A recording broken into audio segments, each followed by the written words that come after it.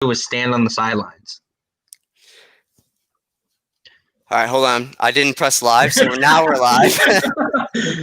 Now we're live, everybody. Let's start that over. I was looking up in the corner. I was like, all right, guys, well, start over again. Welcome to the Fourth and Long podcast, hosted by me and my buddy Jake. And that is my first mess up of the day. There will be many coming, but it's episode 4. You forgot to start the video live, so yeah. we're going to get this story out to you again. Yeah, we already went like about 5 minutes in, so I'll go briefly over the story again because I don't think anyone but you heard it. But yeah, like I said, welcome to Fourth and Long podcast, episode 4. We'll go over week 7 in review. It was a crazy week, like I said earlier, that didn't get recorded. It was really just what should have been the game of the year was really the game of the first half. And then I think the other big story was probably North Carolina Florida State game. But yeah, you got anything going into this? No, I'll talk about it a little bit more. I think Georgia made a huge mistake not pulling their quarterback at halftime, but we'll talk about that a little bit more once we get into the review. Yeah. I mean, and well, I'll bring it up later, but they just came out with something today. So usually we do 5 things in 50 seconds. Last week it was a lot about COVID and things like that, and it's only Tuesday, so we could be going over more of that on Friday, but I'm kind of skip the 5 things in 50 seconds right now, and I'm going to tell you a story kind of about like the first great like viral moment of the 2000s. So in 2010, Ohio State played at home, obviously, versus Ohio University, and for people that don't know, dotting the I and like when the band plays at halftime, it's a big deal. They have guys come back for it and everything like that. And I guess because it was kind of a throwaway game, Brutus was going to be the one that dotted the I. But they were playing against Ohio. Like I said, they have a mascot. His name's Rufus. He's a bobcat. And I guess I saw it when I saw the video, but he like fought Brutus when he was about to dot the I. And like CNN picked it up, like ABC, CBS, everything. And I finally reached out to the guy that was the Rufus that attacked him, because everyone basically in the whole country is like, who cares, but Ohio State people hate it. And that's why I don't really put my name in that kind of a hat. But yeah, I've kind of created the first viral moment of the 2000s. And if you get a chance, everyone go search it. It's on YouTube. It's everywhere.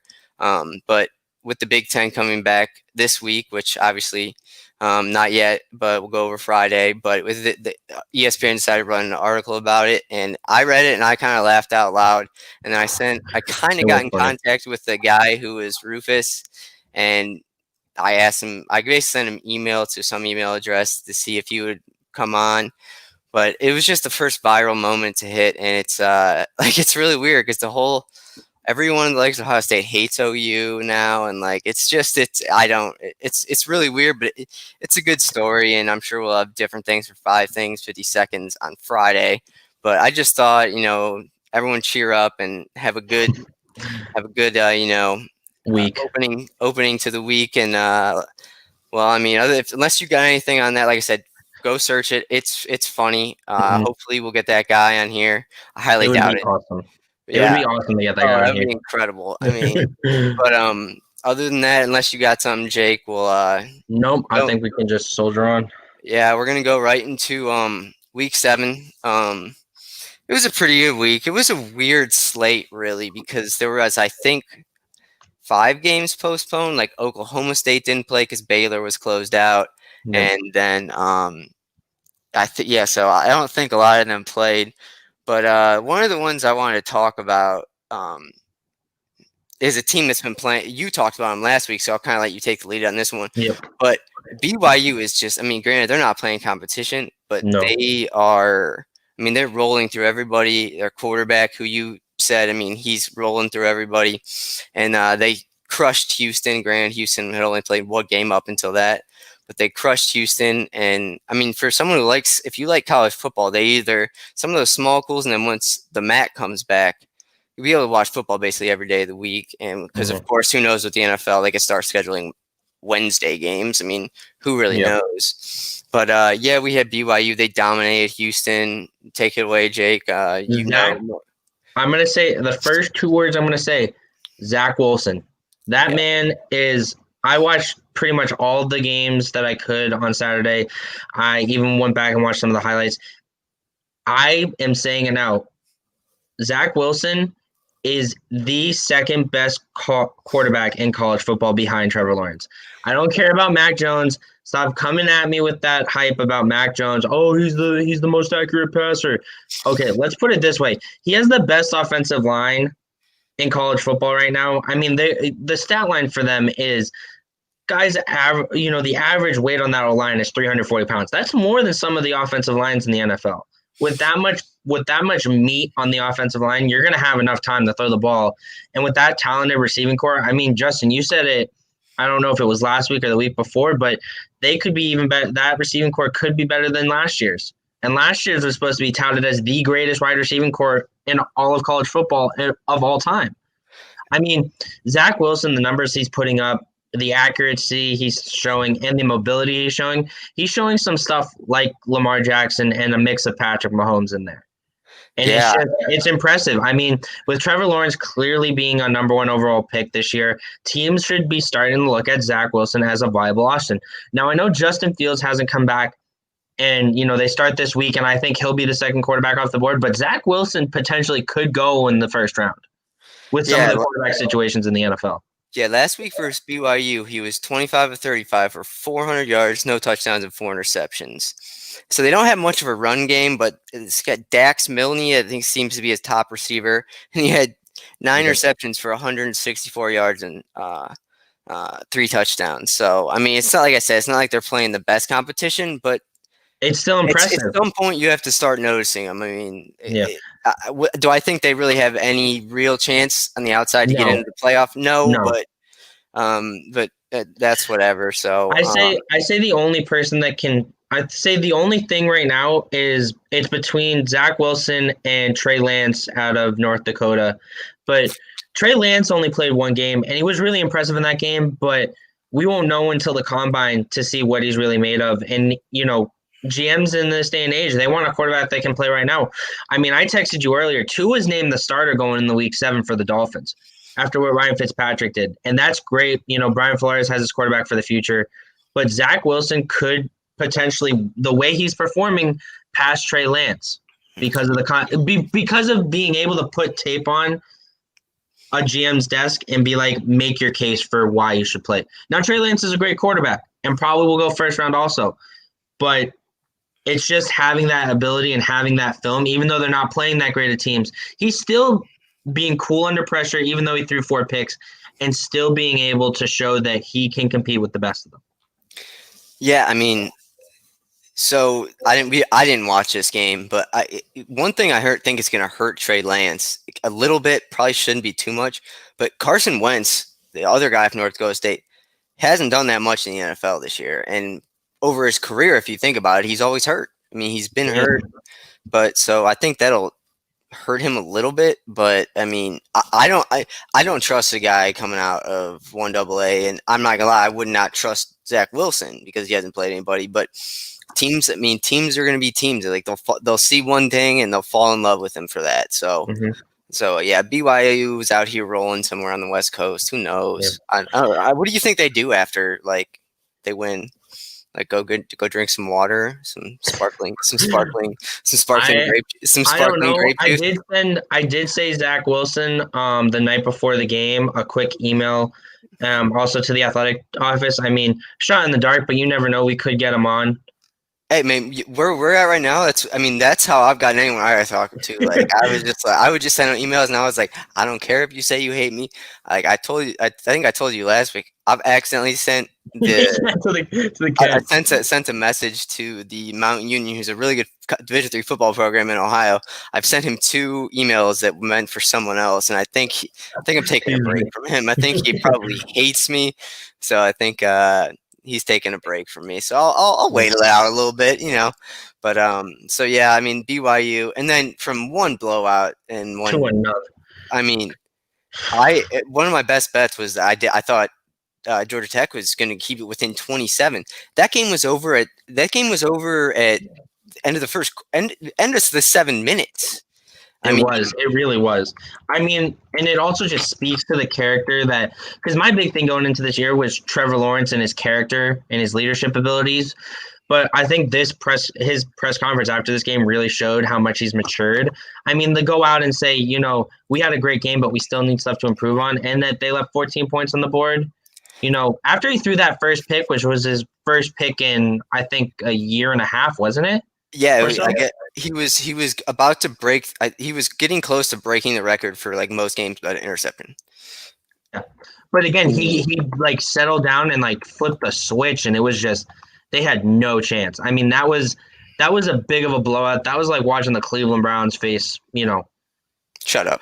Just shut up. I'm still reeling after a loss on Sunday. Yeah, I mean, the way they're using Travis Etienne this year is like the Hornung. I didn't put it in for our midseason awards, but I guess it's called the Hornung Award. It's sort of like the most versatile player. I think he'll run away with it. I mean, they're using him as a receiver, as a decoy, and obviously running the ball. But it's going to be really interesting to see because I don't think Clemson's going to play a good team until they get to the playoffs. No, I think the only one is that Notre Dame matchup. But even we'll talk about it in a couple minutes. But just head right into it after you're done because it's the next one. I mean, I'll kind of use that as a transition. Notre Dame looked really, really sketchy in that game against Louisville. That was a game I thought they were going to run away with. They were just going to, not so much run away with it and just outplay them, but just be more consistent. And that game was so close. Yeah, 12-7. I mean, that's a baseball score. Yeah. I mean, Ian Book looked okay, and I mean, I guess their defense, which is what I've said all along, is probably their strongest part. I mean, they did their job.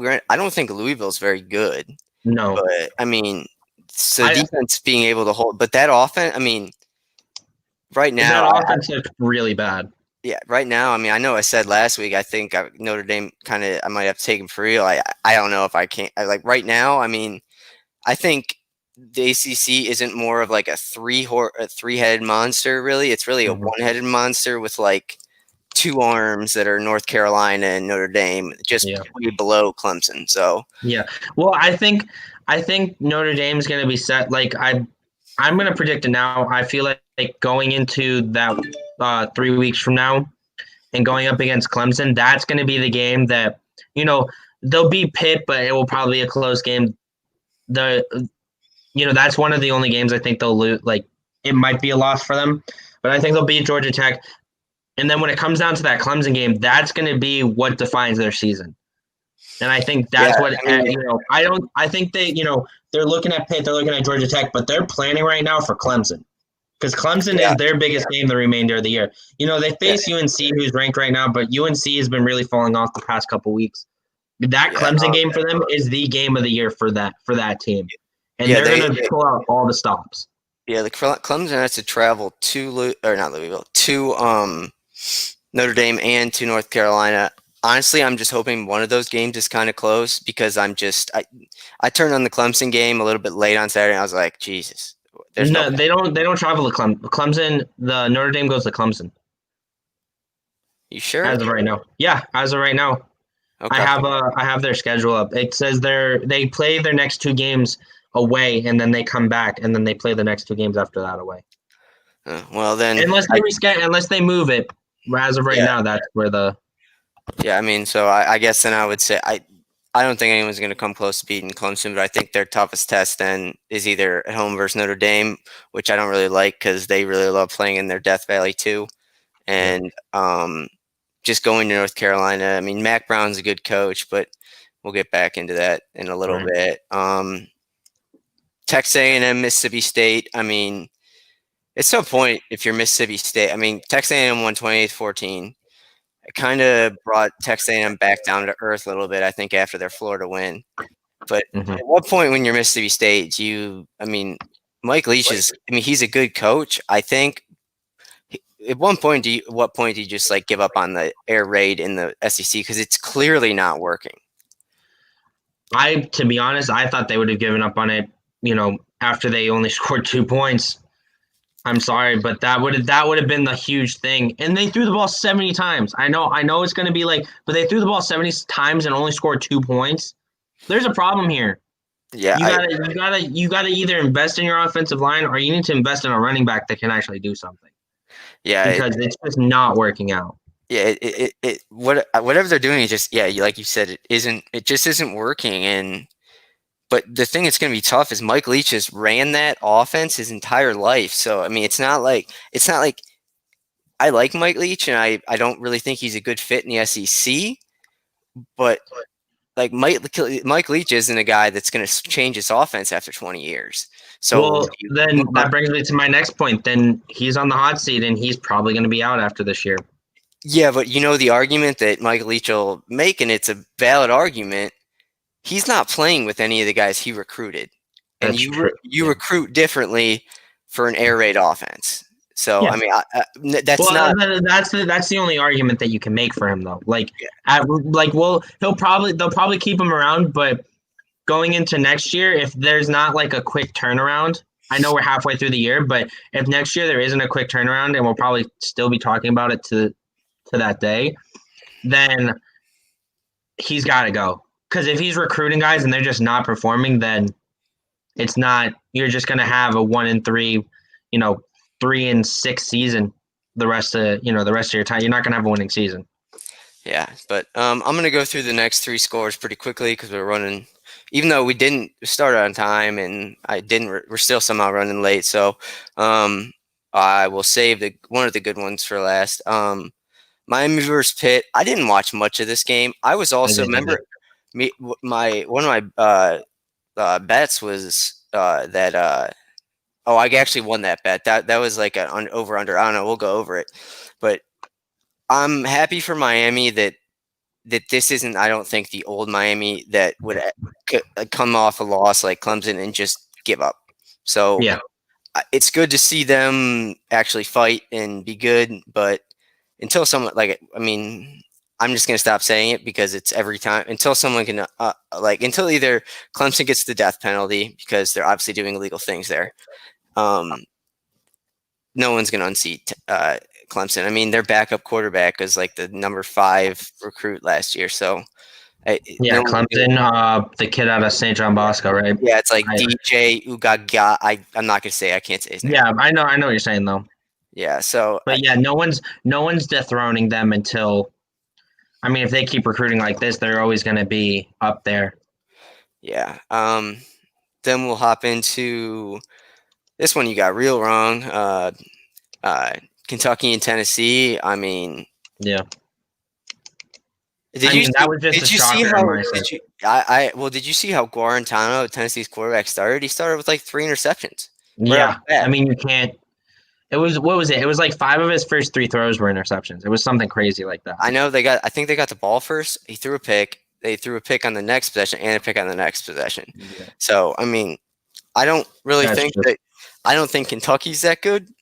No, But again, remember what I said. If Tennessee up until that point had not turned the ball over like at all, they had like 1 or 2 fumbles, but they weren't throwing picks.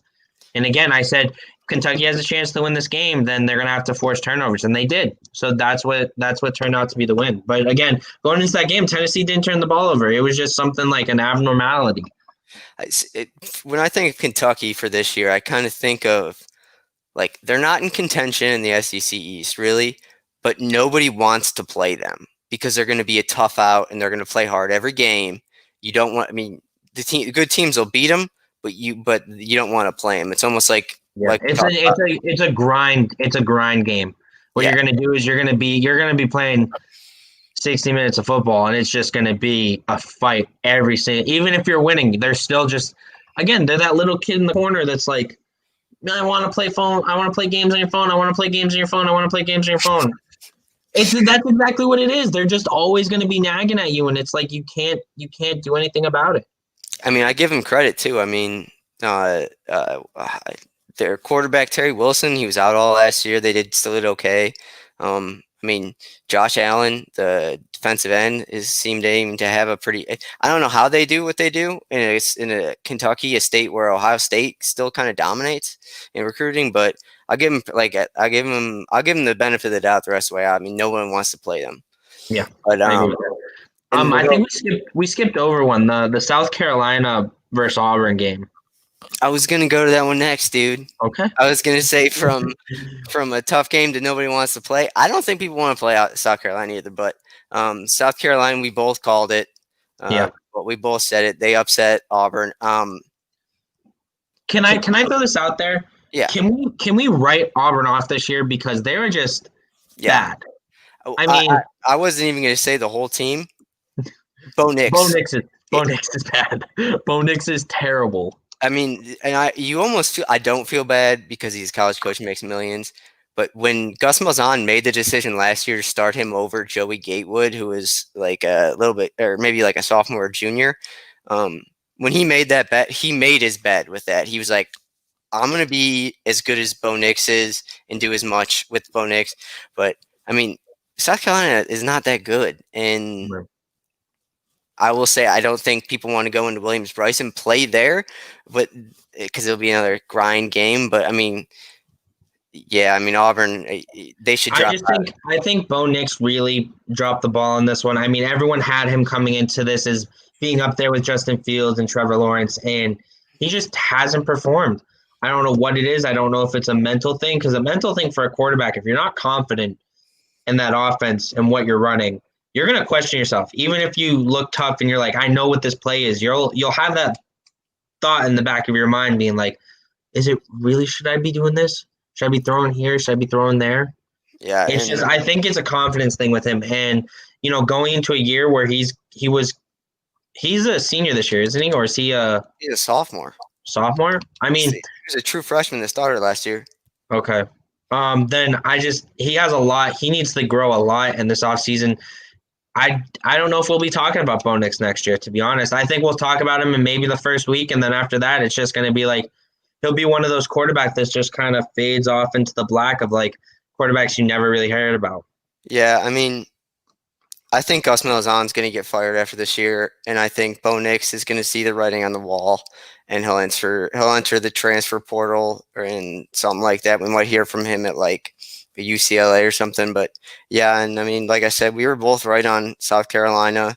I fell asleep right around half, and I woke up, and they were winning, and I was like, wow, what did I miss? And I looked back at all I missed. I mean, yeah, Bo Nix just you almost feel bad because he's a young guy. He just got to be in a different offense.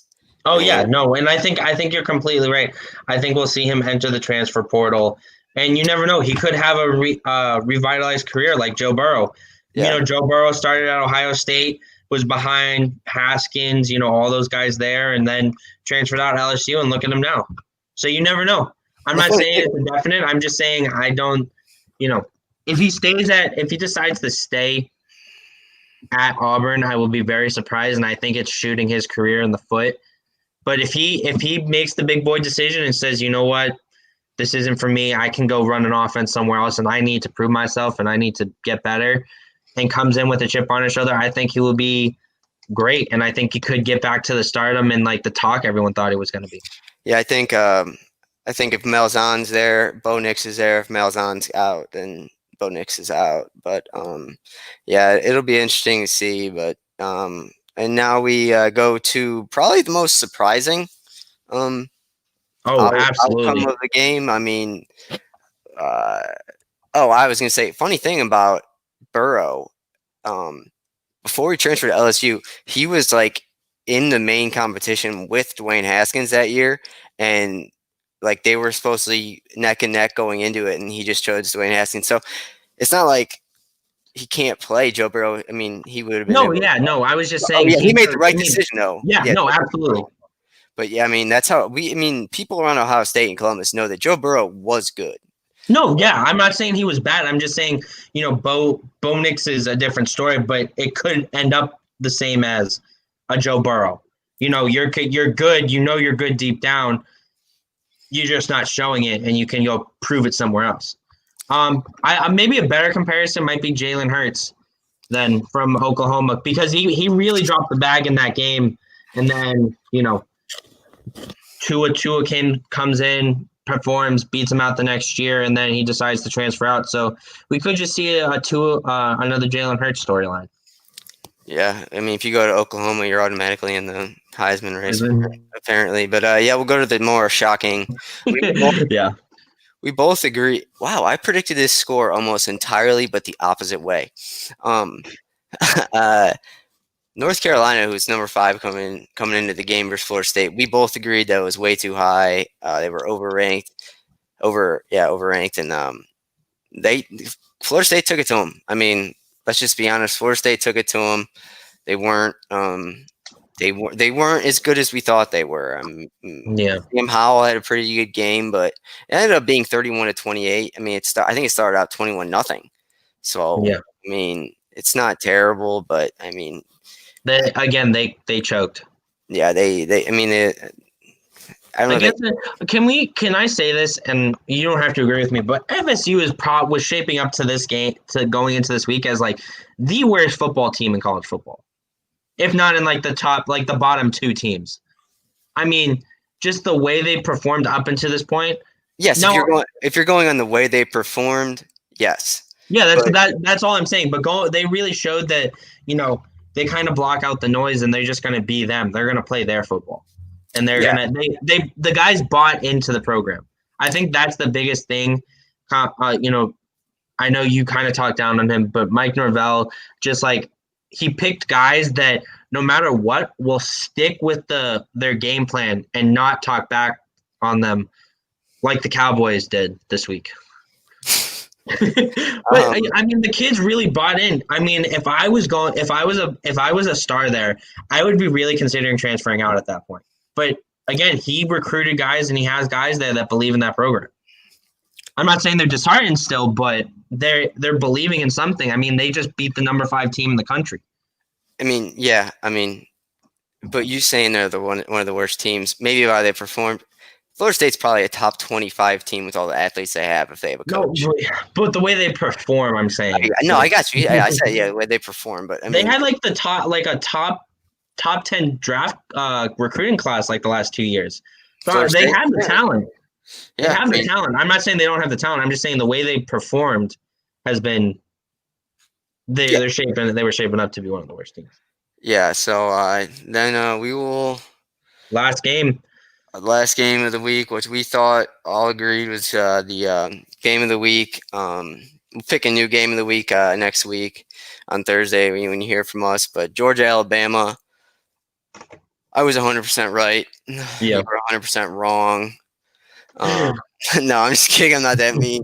But I mean, it was a good first half, and it really was. I think what really shot them in the foot was how that last possession ended. And they didn't get any points, and then Bama comes down, kicks the field goal, and brings it within a 4-point game. And that swung all the momentum. I knew once they didn't get any points and they didn't go up anymore that this is going to turn ugly real fast. And it did. I mean, Georgia's defense just looked tired coming out of the second half. Their offense couldn't get anything the whole time. Yeah, no, but again, Georgia's offense couldn't get anything going. And that was, again, one of the key factors I said. They need their offense to keep going because that defense cannot keep up with those weapons on offense.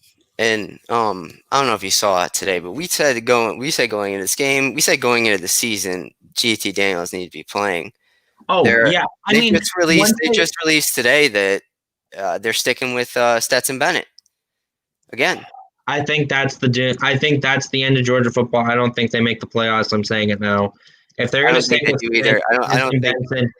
I mean, that's a shame because that defense was really, really good. And to put a quarterback like Stetson Benson out there that can't back up that defense is really a shame.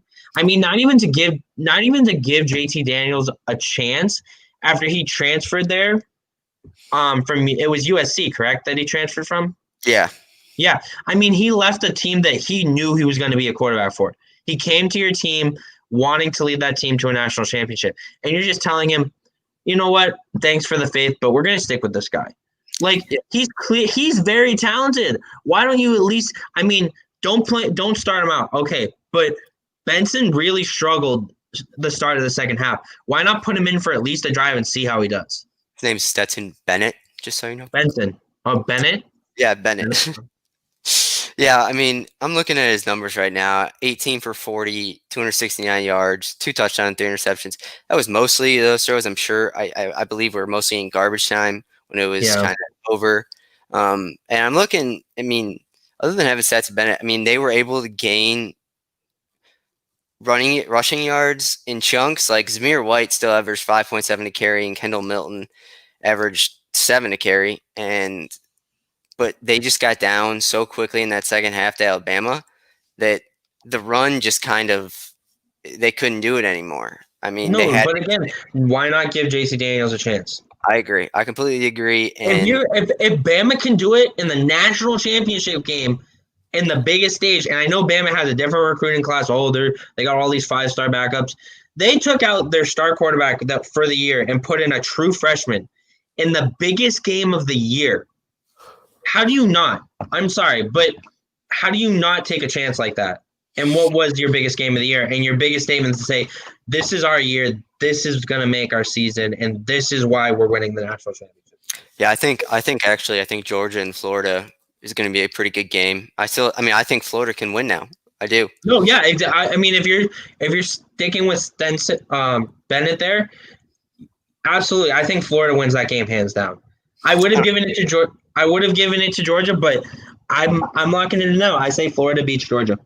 I'm saying it right now. I don't have to go for it unless they put in JT Daniels and that offense can start going. Georgia's defense will not be able to stop a high-powered offense for that much of a long period of time. They need a momentum boost behind them, and that offense not supporting them really disheartens a defense. It's like, what's the point? We're trying to stop. We're giving you guys the ball back in great position, but you can't put more than 3 points on the board?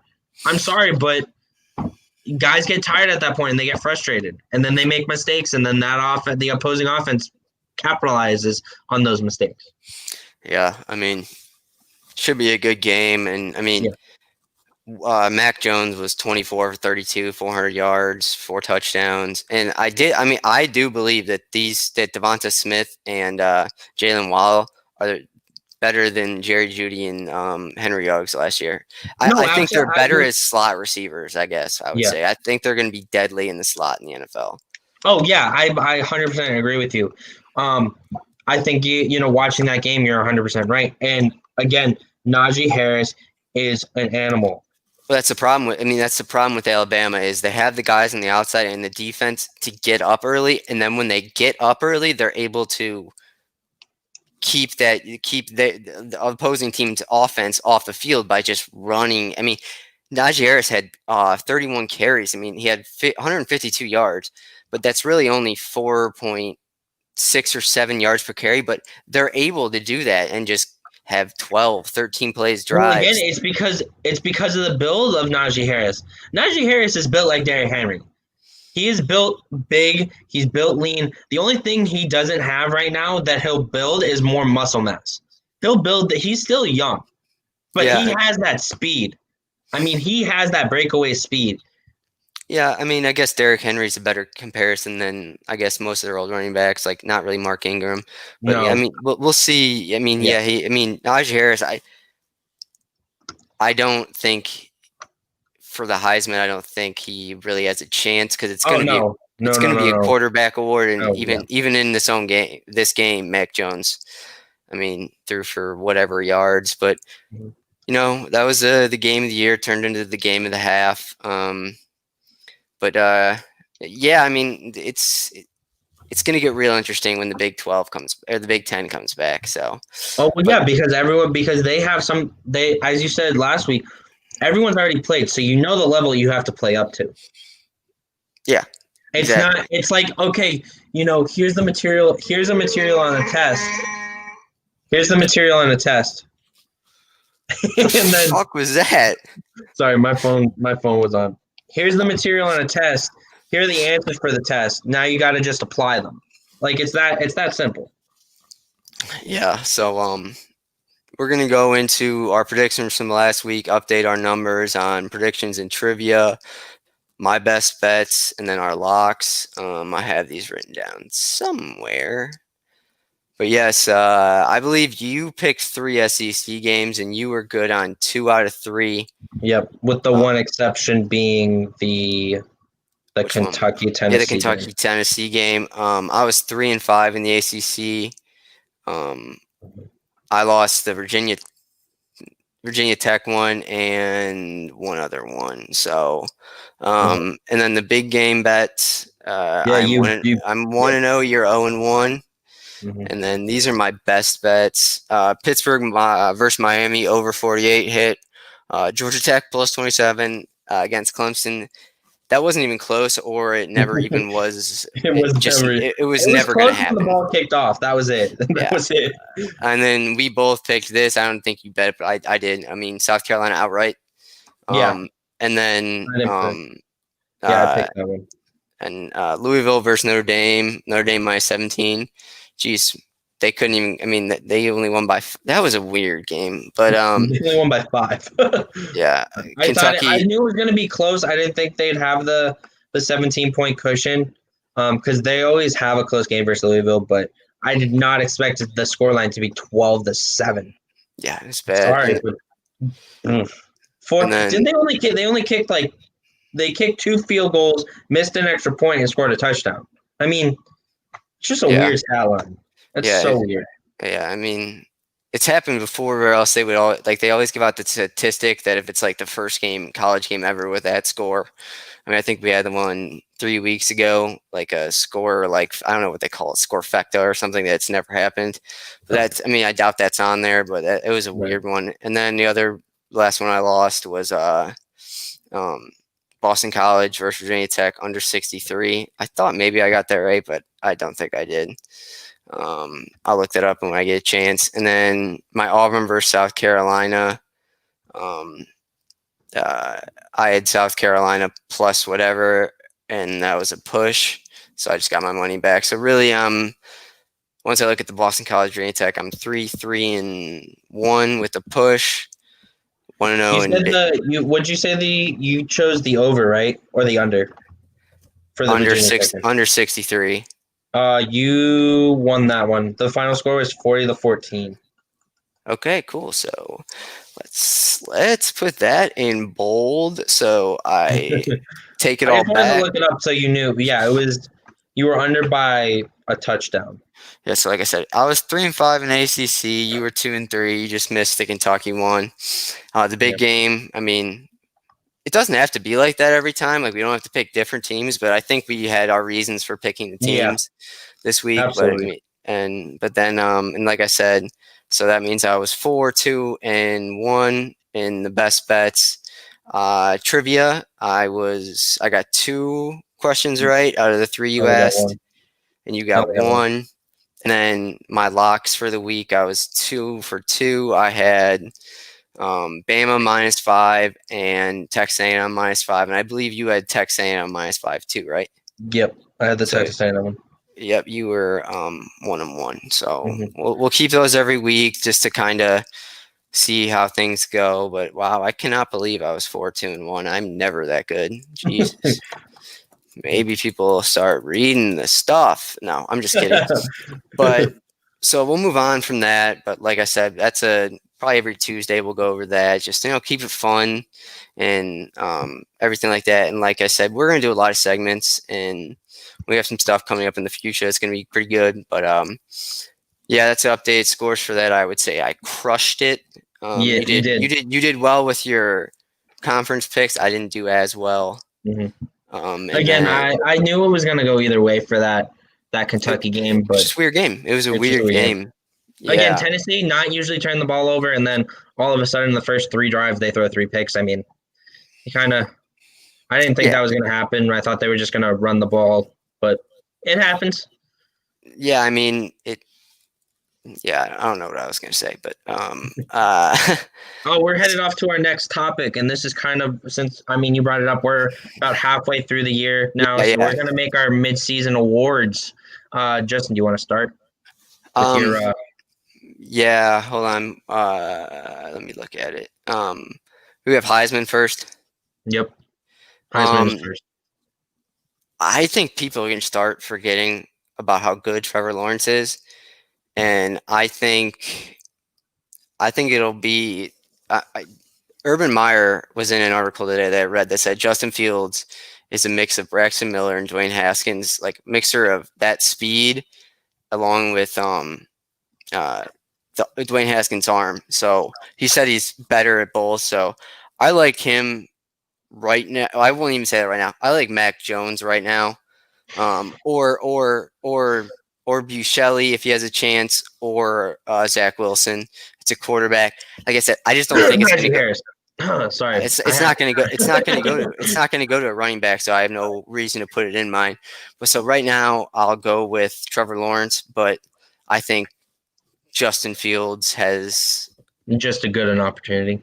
Yeah, I mean, it's going Yeah. to that. I mean, like we talked about last week, he's going to come in the second week. I mean, they play at noon this week, and then on Halloween, I don't know how many. I don't think they're allowed any visitors or anyone's in attendance for the Big Ten. So that's a huge thing for Ohio State because I mean everyone knows the whiteout at Penn State's loud, it's crazy. Now going into Penn State, it's not that big a deal. Yeah, So, exactly. so I think that I'll stick with Trevor Lawrence right now. But like I said, I think it's gonna be a lot like Tua. Like all the Well, times he played, people said Tua should win it this year, but he didn't, or like he didn't have yeah. enough, or Well, something because like he got that. hurt. So He got hurt, or he like the reason Kyler Murray won was because he had a better Big 12 championship yeah. game. So I'll Again, stick I with. think you're completely right. I think one of these second starting QBs that start later is going to have a huge advantage because again, you brought your key phrase. What have you done for me now? And Lately, what Justin have you done Fields. for me lately? Yeah, what have you done for me lately? I apologize. Little there, almost there. What have you done for me lately? And Justin Fields coming in, if he can perform and lead that team to be up there, I mean, it's going to shake up the college playoffs rankings because everyone everyone has Ohio State even now as the number 5 team in the country without even playing. We still need to see them play. We still need to see them dominate and see how that defense plays out. But I feel like you're right. I feel like Justin Fields is going to put his name in the hat for it. I think it's going to come down to, it's a quarterback race. I think it's going to come. I have Trevor Lawrence winning it right now, but very well could be Justin Fields, then Trevor Lawrence, then Mac Jones for the top 3 this year. The final 3 that finish off. I mean, Mac Jones, I hate to say it, but I mean, he is really good. I don't think he'll make it in the NFL being a non-mobile quarterback. I don't see any offense. You need to be able to move in today's NFL, especially with all the speed rushers and be able to escape that pocket. But, that's a conversation for a different day. I have Trevor Lawrence winning right now. All right, and then so next two I have is it's a big. I have the Maxwell and Walter Camp. That's the best player. I think Najee Harris will win one of those, and then either Trevor Lawrence or Justin Fields. Well, the Maxwell is best overall, correct? And then Walter Camp's just a quarterback. No, Davey O'Brien's just quarterback. Walter Camp is more Oh, of a, like everyone thing. So that I'll go into Davey O'Brien. I think whichever quarterback doesn't win the Heisman is going to get the Davey O'Brien. yeah. So I'll say right now Justin Fields. But do you have anything on that? I have I have the same thing. The Walter Camp, I have the second runner up to the Heisman, which right now for me is Mac Jones. That's just because Justin Field hasn't played yet. For the Maxwell, I have it between Trevor Lawrence and Najee Harris. Again, I might screw up what you said, but it's what have you done for me lately? And it's whoever's going to have a bigger college football playoff race there. Does Najee Harris take over like Derrick Henry did in the playoffs last year and just run the ball down teams' throats? Or does Trevor Lawrence just throw 5 touchdowns every single game, even in the national championship game? Yeah. So like I said, Davey O'Brien. I think the Doak Walker is going to be. It depends on if Harris gets one of the other awards. Yeah.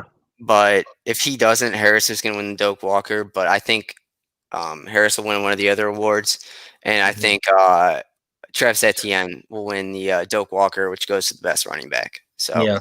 I have those two again. Again, it just depends on if if Trevor Lawrence ends up winning the Heisman and Maxwell, and then Walter Kemp goes to Mac Jones, then Najee Harris definitely wins the Doak Walker. But if he wins, say, the Maxwell Award over Trevor Lawrence, I see Travis Etienne winning the best running back. I mean, those two players are clearly the best two running backs in football. I mean, Chuba Hubbard has kind of been a disappointment this year at OSU. He hasn't made any numbers that really stand out and be like, oh, he needs to be in this conversation. I still think he's a good running back and he'll make the NFL, but I just think those two kind of ran away with the race now. Yeah, he has. Chuba Hubbard has the yards, but if you also look at his carries, I mean, with their starting quarterback out, Zach, I don't know what his name is, Robinson, I think, or Yeah. Spencer Robinson. He's been out the whole year, but I mean, they're using him like a horse, man. They're running him like a horse. I mean, so I mean, he won't be in any award, but he gets the yards because he gets the amount of carries he gets. No, exactly. But, again, with that many amount of carries, people expect more yards. So he needs to, if he was to be in that conversation, he would have need to had twice as many yards as he does now with all those carries. Yeah. So we'll hop into the Biletnikoff. I would like to point out a couple names that will probably be in it that I'm not going to pick now, but will be in it at the end of the year. I think Rashad Bateman will be up for it. He goes to Minnesota. Rondale Bateman Moore is a great pick. Rondale Moore can be in it. He's the slot guy from Purdue. And then they have Chris Olave from Ohio State. It could be him. It could be Garrett Wilson. One of those guys will be up there. But really, up to me, this right now it's kind of a crapshoot for me between Jalen Waddle and Devonta Smith. Whatever the voters want to do with the Alabama guys, it's just kind of how it's going to play out, I think. I mean, Elijah Moore from Ole Miss has got the numbers, but that team is terrible. And then Reggie Roberson Jr., he's a receiver from SMU. There's no chance, or he'll get some looks, but most of the attention will be paid to Busheli. So, yeah, I have either Waddle or Devonta Smith, but I'd say Waddle right now. You don't have Jamar Chase in there from LSU? He's not playing. Yeah, that's he opted out. Forgot that fact. Brain fart moment. But yeah, I mean, I'm just looking at my big board right now. I have Jalen Waddle as the second wide receiver behind Jamar Chase, but I think Jalen Waddle will win this award. I mean, his performance there has just been – he's the number one target there, clearly. Whenever you name your off that wide receiving core at Alabama, it's always Waddle, then number two. Yeah. So, I mean, just doing that, it speaks volumes to his ability and kind of his standout this year. So I say Jalen Waddle probably wins the award. Yeah, do you know Micah Parsons isn't playing this year either? Yes, I know Micah Parsons. Just making sure you know who's opted out and everything. I know who's opted out. Trust me, when you see my big board, you'll understand how I went about this. Yeah, maybe we'll go about that next Tuesday. Maybe we'll look at that because Friday obviously Friday is going to be a big show because we got to do a lot of things with 2 new conferences coming back. But the next award I have is the Mackey Award, and we really this is easy. Kyle Pitts won this in week 1, so yeah. I mean, again, he should have won it last year. The only reason he did it was kind of stupid and was like, he wasn't. He wasn't in the dirt enough. He wasn't in tight end position as much, and they moved him outside a little bit this year. But I mean, he should have won it last year. I'm sorry, but should have won it last year. If I was an NFL team, I mean, I know you got receivers that are going to – Jamar Chase is going to go early, Waddle and Devonta Smith, but I would take Kyle Pitts over either of the Bama receivers in the NFL. I mean, that's the exact type of – I mean, you can – I don't know how good he is at blocking, but there's plenty of tight ends in the NFL that aren't good at blocking. Yeah. The only thing I'm going to say for that is Tyreek Hill. When you think of Tyreek Hill, you think of a game changer and you think of his speed. The only reason Kyle Pitts won't go as far is because team wants that factor that you can just throw it up. You have a quarterback with a huge arm. You just throw it up as far as you can, and that wide receiver will catch it. And that's the only reason why I think Kyle Pitts will drop in the draft, because those teams want players that are going to go and get the ball versus a tight end. And, that's what he's marketed as. That's, he's not probably going to stay at the tight end position. They'll probably move him to a big outside wide receiver. I see him similar to the situation we saw a couple years ago with, what is his name? Oh, DK Metcalf. And a very big physical wide receiver that has speed, but not enough speed to really separate himself in the first year. He can work on it. But again, everyone's in the now. Everyone wants Tyreek Hill player that has pure speed that is going to be one of the fastest players in the NFL. I mean, that's just with offenses being run and being mostly air raids in the NFL. I just feel like that's going to be who goes off the board first. Well, I mean, it's everyone's following the Chiefs model now. No, exactly. Yeah. You're right. Yeah, you just get fast guys and a good quarterback and throw it to them, and they throw it to them and let them run after the catch. Yeah. So so there's a couple awards that I'm gonna let you do your research on before I bring them up, because you're kind of my lineman guy, and I'm more of a maybe next week or the week after, once the Big Ten starts, we're gonna do the Outland Trophy, which is the best interior lineman. It can be offense or defense, I believe. But it usually goes to an offensive lineman, and then I already have my choices for those. I did my research already for those. The Outland. Yep. Do you want me to give them to you? Yeah, if you got them, yeah. Yeah. So I have them. I have those written down kind of in my draft notes. I had them as my two top picks. So for the Outland Award for interior lineman, right now I would like to say it could go to Wyatt Davis. He's a guard. He's by far shown he's one of the best guards in the division. Even though I have Sam Cosmi going above him, because Sam Cosmi's kind of played at both positions. I think he's listed as a tackle right now, but he can play guard. But if we're just going pure interior lineman, I have Marvin Wilson and Wyatt Davis as the two top favorites for that award. Marvin Wilson has been not really talked about this year, but if you look at the film, he does a lot of things that a lot of defensive coaches want in a defensive lineman. He requires a double team, and he plugs holes. He might not make the plays, but he puts other players in a position to make the plays. Yeah, I get you. Yeah, I mean, I forgot what I was going to say. I was going to say something. So that was your then. That was my Outland. With Lawrence Taylor and the Outland.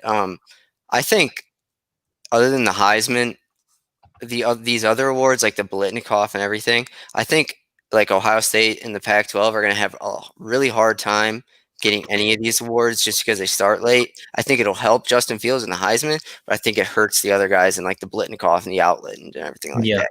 Because everyone's going to be like, oh, these are the numbers these wide receivers are putting up. Why aren't you putting up these numbers? Even though you start later. So, did you do best linebacker, Buckus? I did. Okay, go ahead. I have Dylan Moses. I mean, in my opinion, best. He kind of struggled a little bit against Georgia. Showed a little bit of his flaws. But for a linebacker going into the future, he commands defense. He's a great Mike linebacker that can just hold that defense down. He knows what he's doing now. I remember watching him as a true freshman and even a little bit, towards the end of his true freshman year, really separate himself and show the growth of commanding a defense when he was out there. I know his freshman year he played a little bit of outside linebacker because they didn't know where they wanted to feel him, but he's really educated himself on the position and educated himself on what he needs to be and how that defense should be run from a Mike linebacker position. And I think that's why he wins the award, because he just shows the growth of where he came from, where he was purely a speed rusher rather than a coverage linebacker. Yeah. I don't have one, so I'm just going to leave that to you. I trust you on that one. The next is the Thorpe Award. Right now, I would say that either Asante Samuel Jr. or two sons of former NFL players, Asante Samuel Jr. out of Florida State, or Patrick Surtain the second out of Alabama. I also think that Ohio State cornerback, Shaun Wade, has a chance Yeah, he Mhm. originally opted out, but then he came back and he said he wants to play. So he has a chance, I think. But Patrick Surtain at Alabama. I mean, you go to Alabama if you're a DB to get coached by the best DB coaches, which is, I mean, Ohio State has that too. But Nick Mhm. Saban was a defensive back, and he coaches the defensive backs mostly. So I like him for that. Yeah, I mean, again, I'm surprised. You don't think Caleb Farley could win the award? He opted out. He did. Why am I always freaking behind on these on these opt outs? I don't Then know. my second one is Sean Wade. Then, I mean, I think Patrick Surtain is a great cornerback, and I think you're right. He does have great coaching, but I just think he's shown a lot of flaws this year. A little, not so much he's gotten beat on any balls, but if you look at some of the plays and the overall films of his stuff, that let receivers pull away from him, and he'll kind of drift off because he knows the quarterback isn't looking there. And I think once he gets to the NFL, pro level quarterbacks are gonna rip him apart. Yeah, I mean, I'm not yeah, saying he's a terrible DB. I just think he needs to work on better habits and finishing plays off rather than kind of pulling up and allowing that receiver that's still running full speed to, are you pull away. are you talking about Surtain or Yeah, Wade? certain. Yeah, yeah, and I think Wade projects to be more of a slot guy in the NFL. But if he's able to cover outside, which he's shown he did last year, he's the other starting cornerback last year next to Jeff Okudah. He lined up outside, but I mean, I think the ceiling is very high for him because if he can come into college or into the NFL after playing on the outside and the inside, I think that's a big thing for him. So we're gonna, like I said, we're gonna skip to the coach of the year right now. I know we'll end up going over all the awards. We just got to pick it up real quick. We're running behind. I don't know how we're running behind considering we did 5 minutes that wasn't recorded. But the coach of the year, you got one? Do you want to go first? I do have one, but I just want to hear who you have. Um, to me, it's really up to two, and I'm an Ohio guy. I like Luke Fickell out of Cincinnati. I think he's going to be at he'll be at Auburn maybe next year or a USC next year, but someone is going to come close. If BYU keeps having success, their coach Kalani Sitake should be up for consideration as well, as should Justin Fuente from Virginia Tech. But I think Luke Fickell has taken that Cincinnati program and just turned it on its head and made it. I mean, they're undefeated this year, so yeah, they're good, and I like him this year for Cincinnati, and I think he'll be somewhere big next year.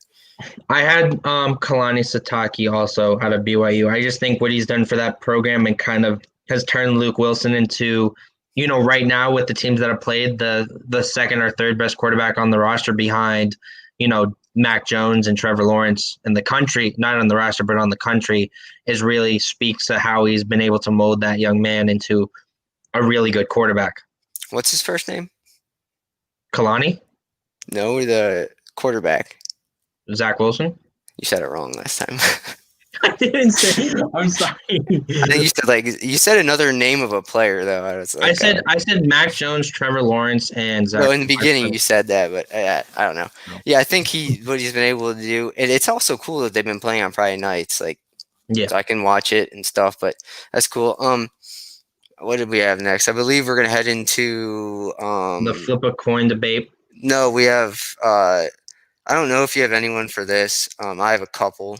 I But died the Broyles Award. yeah, I don't have anyone for this. I don't know. I kind of stick with the coach of the year rather than assistant that's coach. I fine. mean, That's fine. I think either Steve Sarkisian out of Alabama will get it, or the defensive coordinator from Cincinnati, Marcus Freeman, will get it too. I wouldn't be surprised if Luke Fickell leaves Cincinnati this year and Marcus Freeman steps up and either goes with him to wherever he goes or becomes the head coach. okay. All right, so we're introducing a new segment. We flipped a coin before we started. This is going to be our weekly segment, probably on Tuesdays. We're going to flip a coin. Whoever gets to go first. Obviously, the World Series is on everyone's mind. So We flipped a coin. You won, so you can either choose to go first or second. You have 1 minute to debate why the Dodgers are better than the Rays, or the Rays are better than the Dodgers, and they'll win. Mhm. So you won. You want to go first or second? Yes, I'm going to go first. I'm going to Okay. choose the Rays here. And I know I'm going to get a lot of hate of this since I'm in LA, but they took my man Mookie Betts from the Red Sox and, made me not a Red Sox fan anymore. But the Rays, I mean, let's just point the biggest number here. $28 million on the roster versus $150 million on the roster. It's My crazy. favorite movie of all time is Moneyball, and this just proves Moneyball works. Also, the Dodgers bullpen this year has been better than most, but at the same time, the Rays offense has been looking really stellar, and they're bringing up Wander Franco. I'm sorry if I mispronounced the first name, but Wander Franco, who's the number one prospect in baseball. And I think this kid who's 19 is going to be a star and be up there on the ranks of Mookie Betts and Mike Trout. And I think he's going to prove that here in this series. Yeah, well, I've heard Wander Franco is kind of going to be the next Fernando Tatis Jr. So, all right, you like the Rays. That was under a minute. I didn't time it, but I'll make mine under a minute. Basically, for me, the Dodgers, I mean, they have the offense. They got Turner, Bellinger, Seager. I mean, they're up and down. They're just better offensively, and with their starting pitching, they're better at starting pitching. Their bullpen might not be as strong as the Rays, but their starting pitching is, and their only flaw is Clayton Kershaw, and I hope to God they don't pitch him in any game because I feel bad for the guy at this point. But I mean, I think it's going to be a good series, but I like the Dodgers in 6. Mm-hmm. I say this game goes the distance. I say it goes 7, and I say the Rays probably win it. Oh yeah, I mean, I would love it. If it goes 7, I mean, everyone loves that, and it's in a neutral park in Florida or in Texas, so yeah. So that's it for today's episode. Really, like I said, that was a new segment. I will tweet it out later. Hopefully, we'll get some people who think they voted or whatever. But yeah, coming Friday, it's a big one. You know what? We're actually going to be recording during the first Big Ten game. I just realized that Illinois plays at Wisconsin on Friday night at 8. So nice. Yeah, so we'll have a big preview, not a big preview, but just kind of a little mini preview of the Big Ten being back, and then whatever we want to talk about from the Pac-12. I don't want to talk about much other than Oregon. Yeah, no one wants to really talk about the Pac-12 other than Oregon. And then we'll, like I said, we'll look at some of the games that are coming up this week. Like I said, the Big Ten's back. Ohio State will host Nebraska at noon on Saturday on Fox. So I will be seeing that. And like I said, the Wisconsin, Illinois. But yeah, other than that, we'll be going through some picks. I mean, Syracuse plays at Clemson this week. I mean, no, not that could be whatever. No, that's going to be another Georgia Tech game. I'm sorry, Syracuse, but yeah, whatever the over is in that, I'm hitting it. I'm taking the over. Just over on Clemson, not the total score, just Clemson. Clemson will by far score the most amount of points. I think another good game on at noon is going to be.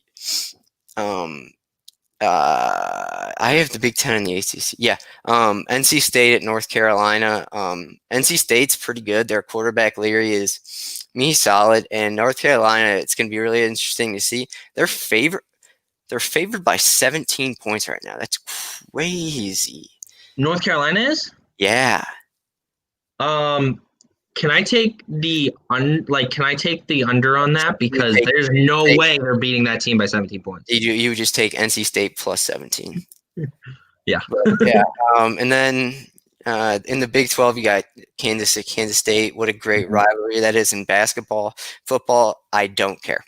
I think for the SEC matchups, I think the two biggest games we'll be watching and really talking about, Auburn at Ole Miss. Both teams have been really up and down this year. I think it's going to be an offensive shootout, but I think it's going to be a very physical game again. And I think the Missouri at Florida game is going to be really interesting.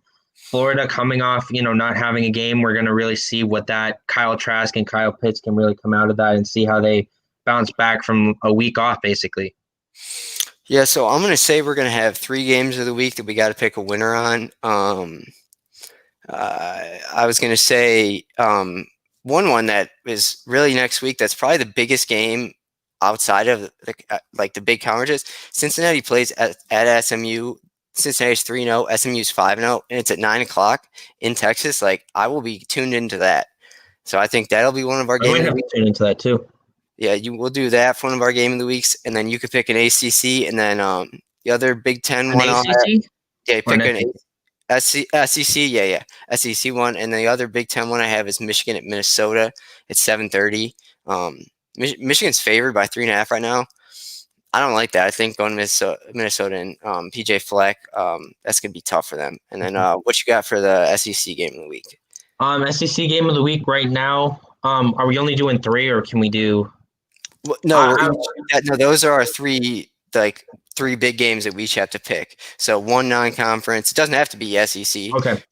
Oh, I but have Auburn at Ole Miss. I think that's going to be a great game to watch. I think it's going to be a shootout. I think both these teams are just going to come out and rip each other's defenses apart. I was going to say Missouri at Florida, but I think Florida, it might be close up until halftime. It might be like a 14-point game, and then Florida is just going to step on the gas pedal. And really, I mean, there's no really other matchups. South Carolina at LSU. LSU's been a great disappointment this year, so I think South Carolina, especially coming off of this week and having that big win, and upset win over Auburn is really going to fuel them and really show them that we might not be great, but we're going to make this game as difficult as possible.